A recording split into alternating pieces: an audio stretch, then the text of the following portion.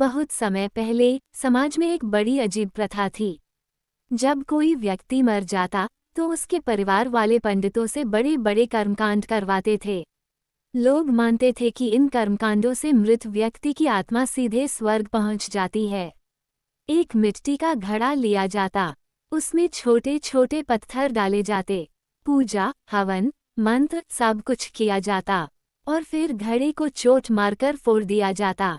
घड़ा हर बार फूट जाता और पंडित कहते, देखो आत्मा स्वर्ग को चली गई। लोग विश्वास कर लेते। उसी समय एक युवक के पिता का निधन हो गया। वह भी कर्मकांड करवाना चाहता था, लेकिन उसके मन में एक सवाल बार बार उठ रहा था, क्या सच में इन कर्मकांडों से आत्मा स्वर्ग जाती है? उत्तर खोजते खोजते वह महात्मा बुद्ध के पास पहुंचा। विनम्रता से बोला, भगवान मेरे पिता मर गए हैं, कृपया बताएं कि मैं क्या करूं जिससे उनकी आत्मा स्वर्ग जाए।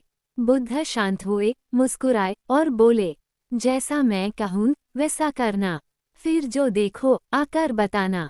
बुद्ध ने युवक को 2 मिट्टी के घड़े लाने को कहा। एक घड़े में छोटे पत्थर भर दो, दूसरे घड़े में शुद्ध घी भर दो, फिर दोनों घड़ों को नदी में हल्का सा डुबो देना, मंत्र पढ़ना और अंत में नीचे से हथौड़े से दोनों घड़े तोड़ देना। युवक को लगा ये कोई दिव्य उपाय होगा। वो बहुत उत्साहित था। अगले दिन उसने वही किया। पहले पत्थर वाला घड़ा तोड़ा, घड़ा टूटते ही पत्थर सीधे नीचे डूब गए।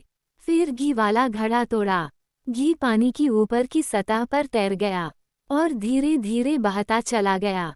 युवक वापस आकर बोला, भगवान पत्थर नीचे डूब गए और घी ऊपर तैर गया। बुद्ध मुस्कुराए, अच्छा अब उन पंडितों से जाकर कहो वो ऐसी पूजा करें जिससे पत्थर ऊपर तैर जाएं और घी नीचे डूब जाए। युवक चौंक गया, भगवान ये कैसे हो सकता है? ये तो प्रकृति का नियम है।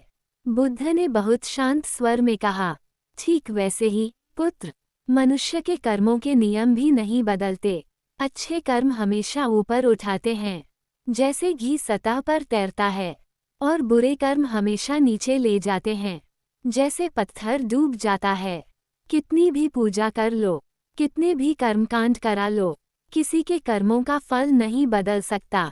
युवक की आंखें खुल गईं। उसे समझ आ गया कि स्वर्ग और नरक कोई जगह नहीं, हमारे कर्मों की दिशा है। कहानी की सीख, कर्मकांड से नहीं, दिखावे से नहीं, मंत्रों से नहीं, मनुष्य का असली भविष्य उसके कर्म तय करते हैं। अच्छे विचार, अच्छे काम और सच्चा जीवन, इन्हीं से आत्मा को शांति मिलती है। इन्हीं से मनुष्य सच्चे स्वर्ग का अनुभव करता है।